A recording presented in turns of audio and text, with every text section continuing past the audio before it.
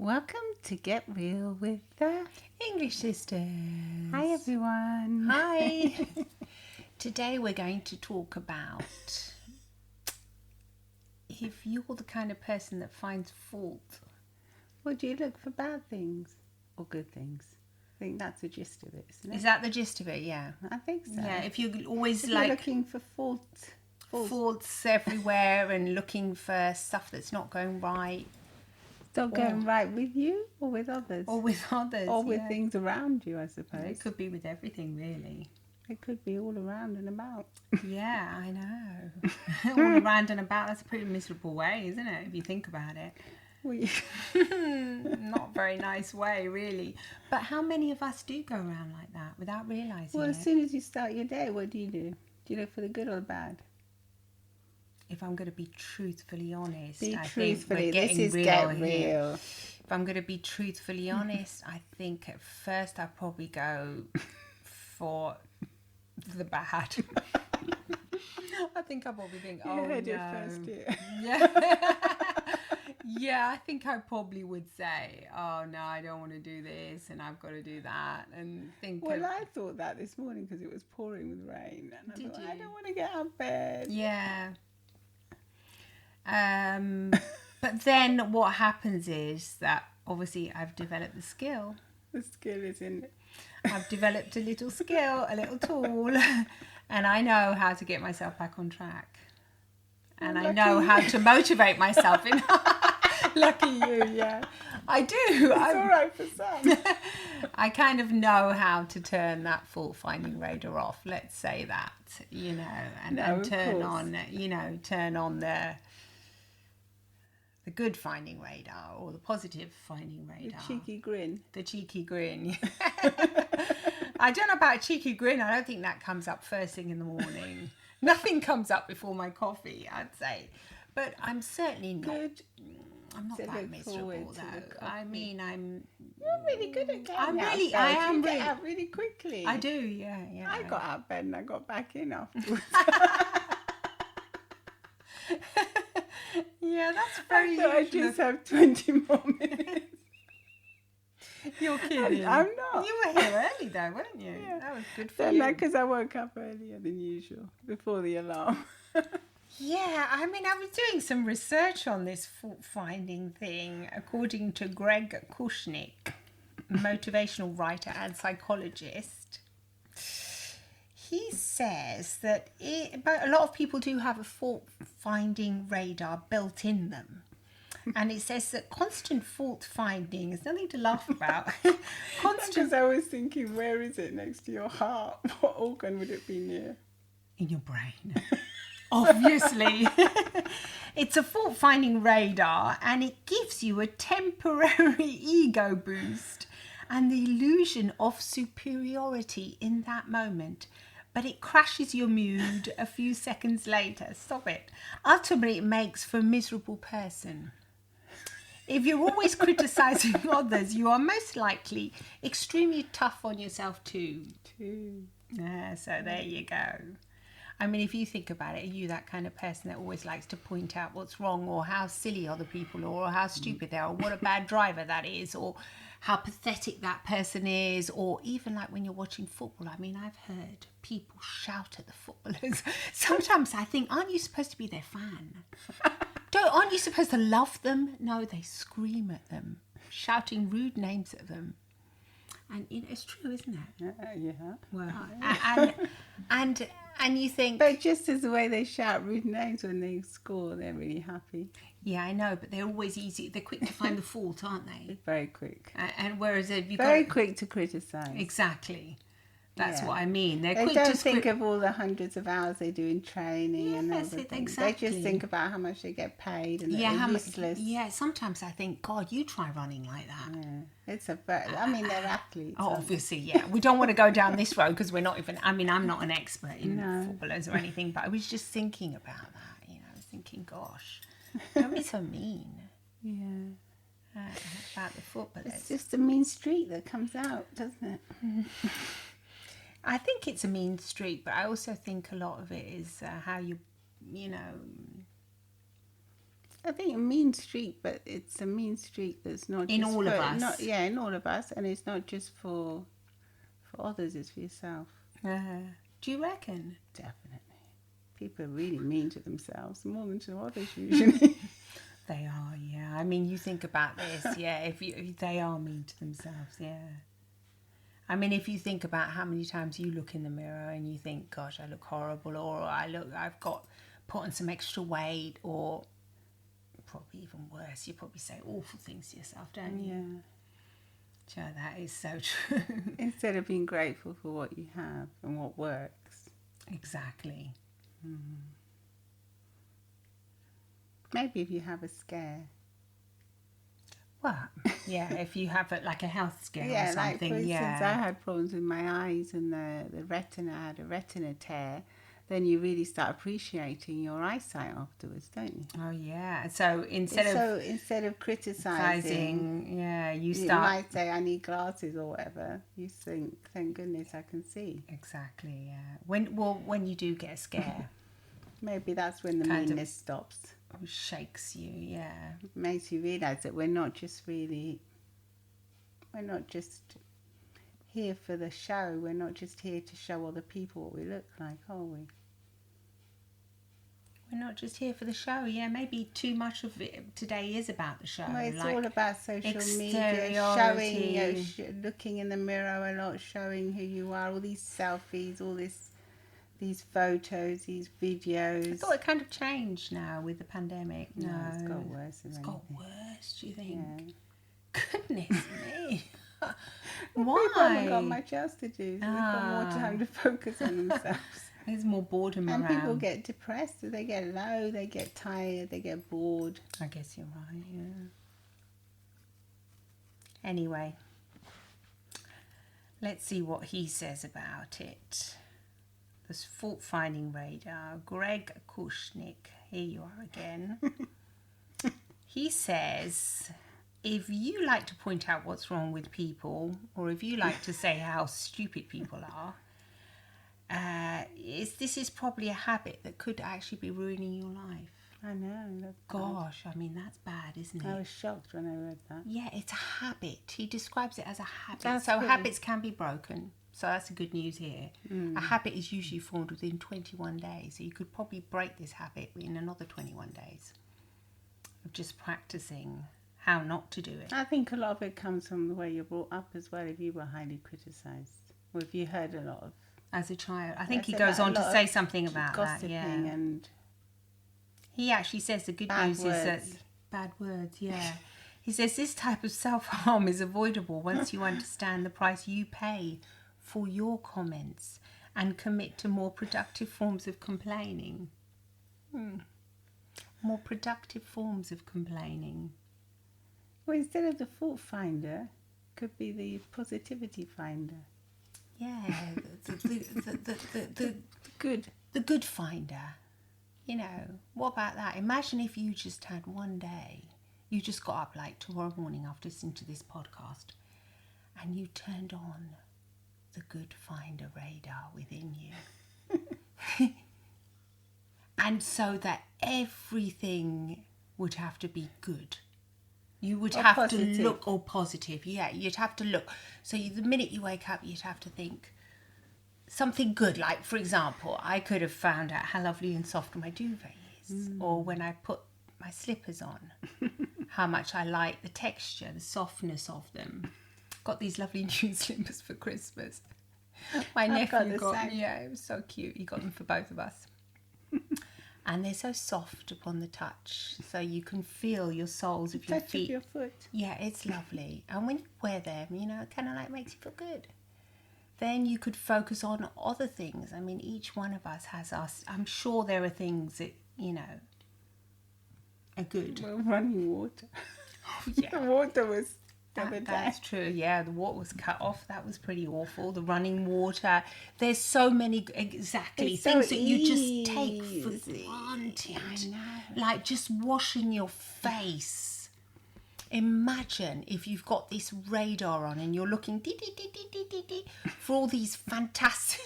It's like that thing that you used to have in the 70s, you know, you see in the films where they would find the gold. What's it called, that? The metal detector. Metal detector, yeah. Imagine having one of those, but like this radar, beep, beep, that's good, good, good, good. Instead of gold, you're finding all the gold in your life that's so positive and so good for you.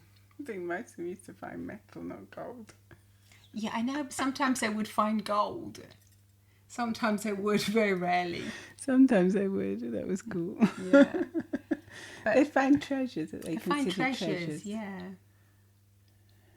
So, I mean, that would be great. That's a challenge for you. Try it.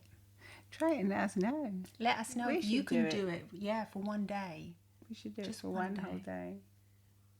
We'll try tomorrow then. Yeah. Because today I didn't do it already. So we'll try again. What day is it tomorrow? Tomorrow's a Wednesday. Yeah. We'll try it tomorrow. You try it too. Whatever day it is. We'll try it. Honestly and truthfully, we'll do it. And see how. And if you slip up a moment, just get back on track. Yeah, no. The mind will want to slip up. The mind will want to go back onto the fault-finding radar. And you can just tune so that. like when you can imagine like when you're with your loved ones or your colleagues, if you instead of criticizing, oh, they haven't done this, they haven't done that, they did this for me, that's nice. Gosh, yeah, that'd be amazing. They haven't emptied the dishwasher, but they washed the floors. Well, what if they haven't washed the floors? They've done something. Me a lovely kiss this exactly, morning. And that's what I was thinking. Or they love me. I know they love me. Or I just know they love me. I know they've got my back if anything really happens. Yeah, to me. or if I need help, they'll be there. Yeah. Mm-hmm. These are all things we all take for granted. I know. It's sad, really, isn't it? It's but sad, do you think it's it's just... I think it's just not too much mind space. But it takes a lot of mind space to think about the negative things. Yeah, but the mind seems to always go there, doesn't it? It seems to be easy to be moaning and groaning and think about the negative. I mean, even us, we've done years and years of... It's habit, though. It's habit. And everyone does it. It's kind of become a small talk. It's like small talk to complain about the weather or to complain about in things. England. Yeah, well, here they do as well, though. I guess they do, yeah. They do. We're in Italy, and even if it's just one day of rain, and it's moan like their one heads off. day, and they're moaning, and Or everyone when stays it's hot, inside. they say, oh, it's so hot, it's so yeah, hot, most of the time it's so hot. Yeah, but it's summer and it's gorgeous. Yeah. Yeah, that's what we think. We were born in the rainy England, so we love it. But yeah, you're right. People tend to moan about things. That's kind of like the natural common baseline. I think if you're too happy, they think something bad's going to happen. If you're too happy all the time. Well, we're only saying just Well, try do you it for remember one day. We used to get told off sometimes for being happy here. And to laugh. What have you got to laugh about so much? Yeah, when we first arrived. It was so shocking because everyone's so miserable. I wouldn't think that you would. I mean, I don't want to generalise, but it's true. You would generally think, like Italy, Mediterranean, they'd be really jolly kind of. I find that they're more light-hearted in other countries. They take themselves quite seriously. Not always, but they're very critical of themselves. I think the fault finder is very much within them. But because it's built in the school system. Yes, the school system. Gosh, it's tough, the school system. Yeah. I mean, goodness me, we've had our children have gone to, my children have gone to Italian schools. They're so tough. God, instead of having the stars, they put up the naughty board, wouldn't they? God, yeah, I forgot about that. Little kindergarten one. God. The nursery school. I know. The nursery teacher, she had a little jar with little pebbles in it, and I thought, oh, is that some kind of little reward? She goes, no, the pebbles are for when they're naughty. I said, goodness me, why can't you have a little jar filled of stars and then put the little stars up when they're good, or when they behave in class? I mean, I think in the end they did modify it a little bit. Listen. She did. I think she did kind of. Probably thought better. Anyway, I think it's a general thing that we tend. It's like on social media as well. If you have someone writes something negative about you, You focus on that, and you might have had hundreds of people, or even not hundreds, even 5 people saying nice things, and you get one that saying, says, "Oh, you look lovely," and then one person says, "Oh, I don't like that. What you're wearing," and then you look focus, silly. and your brain that goes, goes like focused on it, on that one negative thing. Yeah, but I think that's like built in within us, isn't it? Yeah, maybe. It's like some kind of instinct from far back when we were more wild. When we were wild, yeah. So if we've got one negative, we think, oh. You know, if someone that's come from far says, hey, there's a mean tribe back there, you think, oh, that mean tribe could catch me. That's like that funny film, what's it? Yeah. Year One. Year One with Jack Black. That's so funny. I mean, it's an old film, but it certainly gives you a few laughs, yeah. I think I'm going to watch that again. You should watch it just to laugh, really. I know, it's funny. He's so funny. I mean, they're all so funny, the cousin. It's really funny. Anyway, yeah, I mean, having this fault finder thing, let's see if there are any solutions that Greg comes up with. Oh, yeah, he does. Solution 1. There are other ways to conquer your insecurities. So we admit it's an insecurity if you're fault-finding all the time, yeah. And he says, start by pointing out the good in people, including the smallest acts of wit and wisdom. So wit. Wit, with humour. Humour. I mean, you hear so many people say, he's great, yeah, he makes me laugh. But he's a messy slob or whatever. Yeah, let's focus on the fact that he makes you laugh. You know, apparently, you know, even that could help you. Well, that's a great gift. Making someone laugh. Yeah, so if the fault, I mean, we can't the all fault be raiders off, you just think and about the good finding raiders on, you'd be thinking, yeah, but he's witty. I've just had a laugh, or she's witty. You think about the slob. You just think about the wittiness. You think you can turn off the slob completely? Definitely. Yeah. Okay. Well, there you go. And you just be appreciating the person for their qualities instead of looking for the negative in that person. Exactly, yeah. Or the thing, whatever it is. I mean, you can... I mean, this could save many a relationship, couldn't it? Well, we see that, don't we, when we see clients and we coach clients. We definitely do. And for hypnotherapy, how things can change. If you just change your perspective on how you look at things. A different point of view. Them. Yeah. And what radar you've got turned on. You can really make a difference. But I think you can change other people, how they feel about you as well. Because if you're coming from a soft, kind, gentle place and appreciating the wit, that person might not be so slobby in the end anyway. They might change the way they are around you. Well, they will change because everything's interconnected. They'll definitely change. There's that kind of it's if when they feel the love that you're giving them, they want to give you love back. So even unconsciously, subconsciously, if they know that you like a tidy house, for instance, they might tidy up for you. It's like a mirror neuron, isn't it? They will mirror it back to you, whether they know in one way or other. Yeah. So you might think, oh, I've got the good radar on. I'm looking for all good. It's going to change your mood anyway, because it's going to make you feel much more happy, I think. You'll be dancing around, won't you? Yeah, if you've got the good finding radar within you. You'd be so appreciative. But I think some people just can't take it. That's why I say just do it for 24 hours. Do you think that's too much, a challenge? Oh, that's quite a lot, 24 hours. Do you think you can do it for a whole half of the time day? You're asleep. No. In 2 days. Waking hours. 24, okay. No, I mean 12 hours or whatever. Your waking day. Just the time when you're awake. Obviously, so from when you get up in the morning to when you go to bed at night. Well, yeah, obviously they can't. I mean, they're unconscious. They can't have the radar for their unconscious minds as well. Well, you could keep it on. You can keep it on with the dreams if you.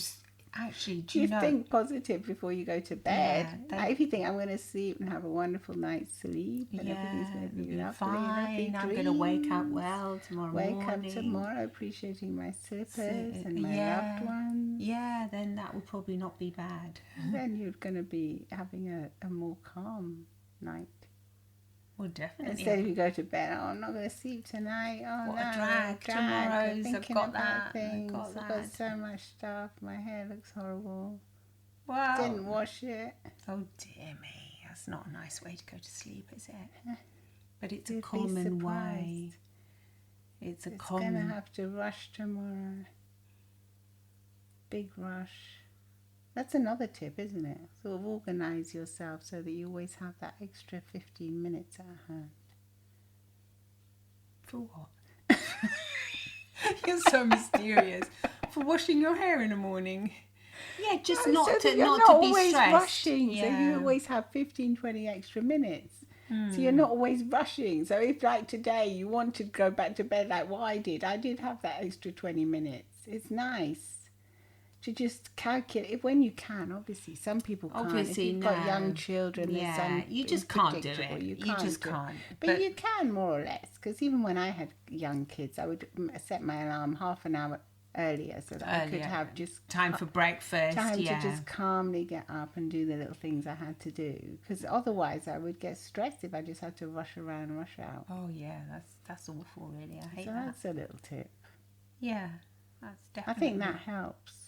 You think it'll put you in a better mood if you're going to have... It helps the fault finder stay at bay. The fault finder stay at bay, that is true. Because you've got enough time to get up and think, oh gosh, okay, it's a good finder radar today. So this is a challenge. And it's going to... If your mind is just thinking, no, I've got to rush around, I've got to go... You won't be able to do it. Well, it's already looking for fault, isn't it? Rushing around. If you say, I've got to rush around, you're looking for faults. You have to rush around. Yeah. Because you haven't programmed your day properly, you mean. Yeah, because you haven't planned ahead. Put your alarm on half an hour earlier. Yeah. Yeah, I guess so. I guess you're into a bit of a frenzy afterwards, and it's not really... A frenzied mind is not a happy one. No. That's true. It's a bit like what they say about a tidy house. Tidy house. There's actually been loads of studies on it now. Tidy house. They say sometimes it's a few conflicting, because they say a messy desk leads to more creativity, apparently. Really? But a tidy house, they're now saying, is like a tidy mind. So if your house is tidy, you're more likely to feel more free, mental space, more mental space. Yeah. Unless if you've got a more messy house, you're more likely to think you've got so much to do all the time. Keep on top of things and that. Yeah, I guess so. If it's messy, your mind kind of feels messy too. I think, I get it in order, and then I've got time to be... Well, I do that anyway. I like getting things in order. Not that much, but just normal. I don't want to sound like a tidy freak or anything. No. Quite the opposite, indeed. But just normal. Just those normal chores. Little chores, yeah. Emptying the dishwasher. Little things like that. That can help. So, yeah. Apparently, that's what it's all about. It crashes your ego. You get a bit demotivated then, if you have the fault finder turned on. If you have the fault finder on, it says it ultimately crashes your mood just a few seconds later. So at first you get this ego boost because you think you're superior to whoever. Say you're criticising a person driving in front of you or something. You say, what a useless driver. And in that moment, you're probably thinking, I am a much better driver than that person. So you might get that ego boost, but then ultimately you're going to get the crash, which is really awful. But instead, if you don't have the fault finder on, let's say it's turned off, and either you're neutral or you've got the good finder on. If you're neutral, you're just neutral and you're in your own mind space, I think, and you're just calm. Or if you've got the good finder on, you could be thinking, I don't know, that person might have a problem today. Exactly. And I empathise, and I'll be kind. I'll think something kind. And there you go. And that's it, really. And then you're left with just a kind of a kind feeling in your heart. More patience. Well, I think more patience, definitely. So frenzied, isn't it? Goodness me. It's very frenzied. It's very frenzied. You think it's got more frenzied now? Definitely. But why? Because before we had to have even patience, like just even to watch television, you had to have patience. Gosh, There's yeah. something When on we you were didn't little, like. we had to have the. You had to get up to turn the channel over. Did we? Oh, no, not when we were older. When we were really tiny. Little, yeah. We used to have that television. Our dad would bash it, wouldn't he? It wasn't working. It was like, just whack it. That wasn't much pressure. No, that was basically. That's what you had to do to research it. I mean, come on, did you really have to do that? No, you have to treat them delicate. I mean, it was like such a violent world. Oh, the TV's not working. You would get these like signal, whack it, and then the old BBC would come back on or whatever you were watching. We only had like. You had to have it on for ages. Though. You'd have to sit through things. Now you can't even. I mean, even now we're spoiled rotten now. We are, aren't we? Yeah. Well, maybe too much because you don't have patience. It's also good because you've got choice, but it's very fickle. Switch from one to the other. It's just like so fickle, isn't it? Like you look at your Insta and then you're swiping up and you're seeing all these different reels. It doesn't really give you time to breathe, really. Or to absorb one from the other. Or just see something and then just close your eyes and then meditate on what you've seen and then maybe get a little inspiration from it and go and do something. Yeah, and think, what a lovely little reel. They keep you glued as well to the screens a lot. Instead of moving around and doing other things, it makes you more immobile. Yeah, I guess so. So ultimately, what we're saying here, if you are a fault finder, I mean, like we all are basically, but if you do have it... Do not find fault in this podcast. Please do not find fault in this podcast. Please put your good radar on for this podcast as well. Let's hope you're watching it on one of those good days. Actually, watch it after you've done the good. Get someone to refer. Yeah, just get someone to refer and then watch it and listen to it. We all have it, don't we? We all have it, but if you do have it, just think maybe you've got it because you had best. Maybe you had someone in your... You can always do your best. Like what Oprah said, if you can do better tomorrow or something, she always says. Well, I don't know. But you can only do your best today, but tomorrow you can do better or something. Well, I think already if you're acknowledging the fact that maybe, if you accept the fact that maybe you do have this kind of fault-finding radar built within you and maybe it's a little bit I think, let's face it, most of us do have Most of us do. How many don't have it? Let's face it. Let's face it, we all do. I mean, we've had years and years of training, and it's still there. And it's still there. Yeah. So imagine other people. I know. Yeah. Unless you're who are we kidding? Yeah, maybe the Buddha or something. You know, someone that's always very mindful, always very kind and thoughtful. No, and but I think kind, thoughtful people that are the more. It's okay to have this radar on. It's natural. It's human. All I'm saying is that let's not let it get too loud within our own minds. And take up too much space. Yeah, let's turn it down. Let's focus on having this other kind of radar built within us, because ultimately you're going to be a much happier person. Well, we did, weren't we? We used it, and it was very good for us, wasn't it? We definitely used it. We used it all the time. We used it when our parents were sick, and we would start saying. I mean, we weren't even studying in those days. We hadn't even begun this path, or we just at the very beginning. We used to think, okay, so we've got to take, because unfortunately our dad died of cancer. So we used to have to take him to do his chemotherapy, and we used to say, oh gosh, this is going to be a horrible day. I remember thinking, oh no. What a horrible day. And then we started thinking, well, maybe if we just kind of like break it down a bit. Let's say that on the way to the hospital we stop off for a cappuccino. Yeah.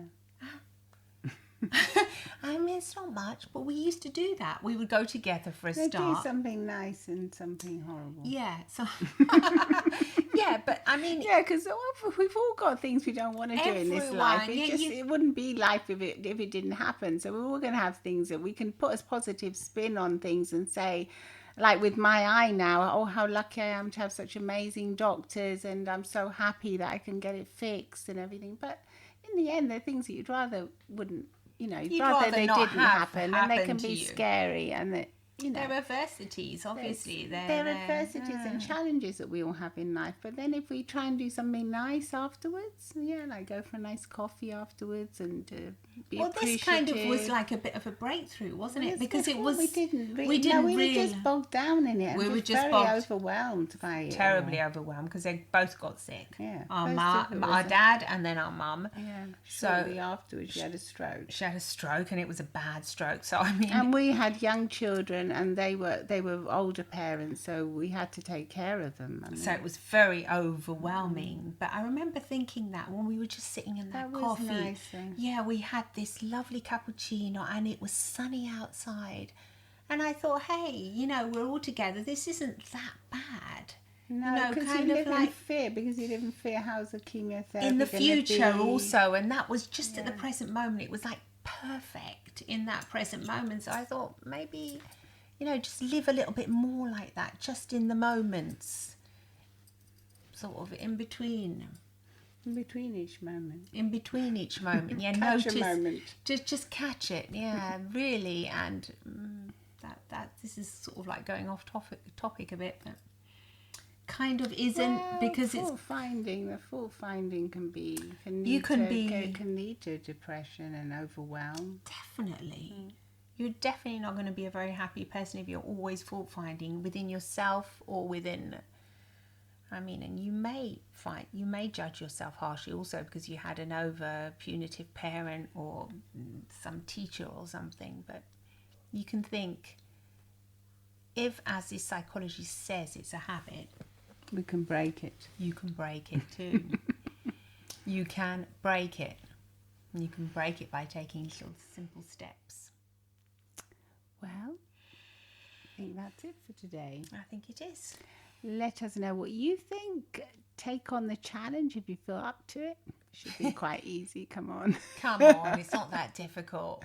At least give it a go. You can have one slip up during the day. We're allowed for that. One, but as long as you're aware of it and you think, oops, there you go. The fault finders come back. Yeah. You turn on the other radar. And then let us know. And wherever you get your podcast, listen in. Please subscribe, follow, and come and watch it on YouTube too, because it'll be on YouTube as well. So, see you soon. See you soon. Lots of love and smiles from English sisters Violetta and Yutka. Bye. Bye.